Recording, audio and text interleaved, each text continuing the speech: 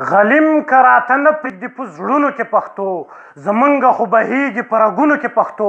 حضرت باچا خان بابا رحمت الله علیه فرمایي وایي کوم قوم چې خپله ژبه ورکه کړه په دې پوه شئ چې هغه قوم ورکېږي.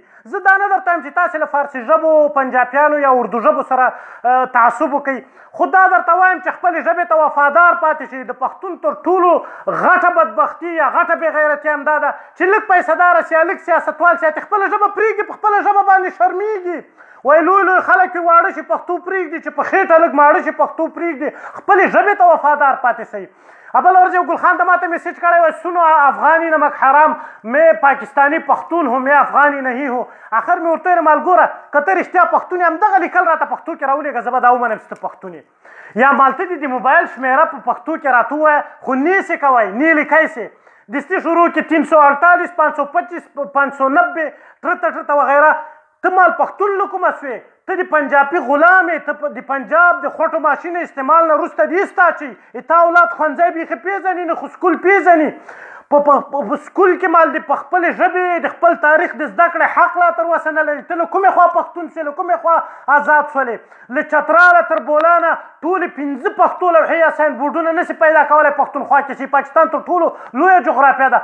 مال له تاسې نه هغه سنجیان غیرتي دي، هم په خپله ژبه لیکل کوي، هم لوستل کوي، هم یې رسمیاتو کې کاروي. ستا اخبار په اردو انګلیش باندې، ستا رسمیاتو کې اردو انګلیش، ستا ښوونځي او پوهنتون کې اردو انګلیش. موږ خو الحمدلله له تاسې نه مال بیا ډېر ښه یو. هغه پښتون چې د پښتونولي دعوا یې کوله خو چې خپل دوکان لوحه یا ساین بورډ یې په بله ژبه باندې لیکلی و هغه جټ ده، هغه پښتون بیخي ده نه.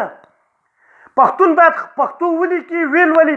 یو ورځ مې یو ګل خان ته ویل مال د خدای لپاره په دې پېښور کې ټولو لوحو باندې جنرال سټوري لیکلي که دې باندې خوراکي توکو پلورنځی ولیکي څومره به ښه ښکاره چې خپلې ژبې سره به څومره وفاداري. کولډ ډرینکس یې لیکلي ښه دلته خو انګرېزان تا نه اخلي خو خریداران دې پښتانه دي، خو ورته ولیکه چې یخ څښاک، یا ټیلر خیاط ته ولیکه چې ګنډونکی، یا درملتون میډیکوز ته ولیکه. دا هر حرف ته موږ معادل پښتو توري لرو. ښه دا نو خدای پښتو ده چې شاګرد استاد ته وایي سرجي په پین کې مې انک نه و نو ځکه لیټ شومه. دا خو پښتو نه سوله، پښتانه له کومه سوی پښتنو بلا در واوړه. په هرات، کابل، ډېره اسماعیل خان میاواله کې پښتانه پښتو یې نه ده زده. هرات و کابل کې به درته فارسي شروع کړي، میاواله کې پنجابي شروع کړي، په ډېره اسماعیل خان کې به درته سرایکي شروع کړي.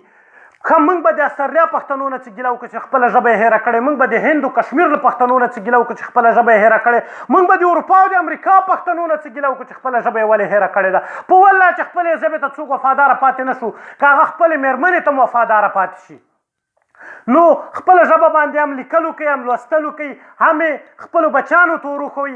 لطفا خپله ژبه سرمایه وګڼئ.